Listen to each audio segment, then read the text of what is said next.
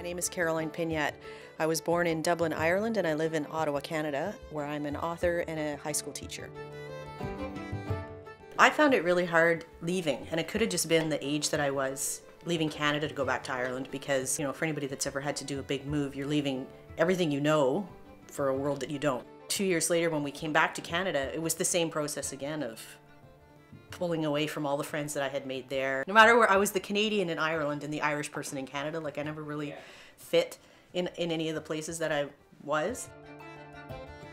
And because we lived in Canada and my relatives were all in Ireland, I wrote my grandmother and my great aunt and my other grandmother every month, learning how to write, because you're taking your everyday things and kind of turning them into stories. And even though I liked writing, I thought it was just something for fun, like a hobby.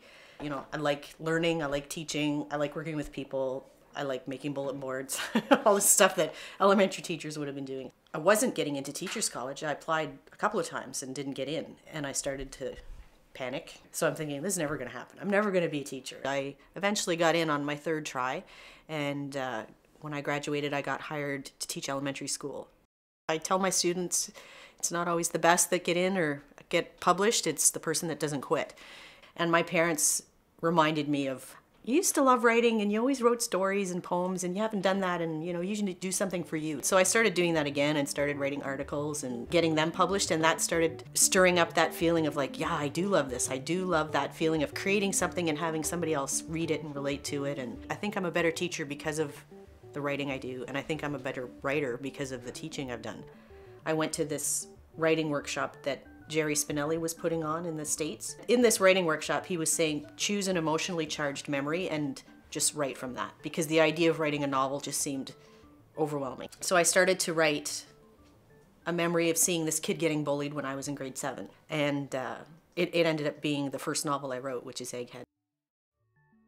Someone said writing a novel is like feeling your way across a dark room. You know, you don't know you're on the other side till you get there. So that book took a long time, because the ones after that got easier because I'd already crossed the room and back, and I was like, okay, now I know where the furniture is. A lot of the writing I find is building your confidence in yourself as a writer, learning to even tell people that you write, or you know, it's a personal growth thing as well as it being kind of developing the craft.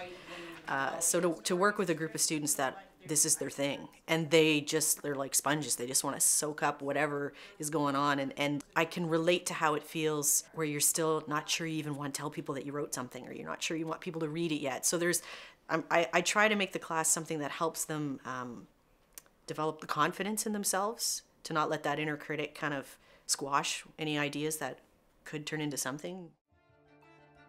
It started out as an idea that I did in writer's craft when I was in grade 11. What it would be like to be this young girl, you know, 15 or 16, right when the famine starts, and your everything is kind of pulled out from under you.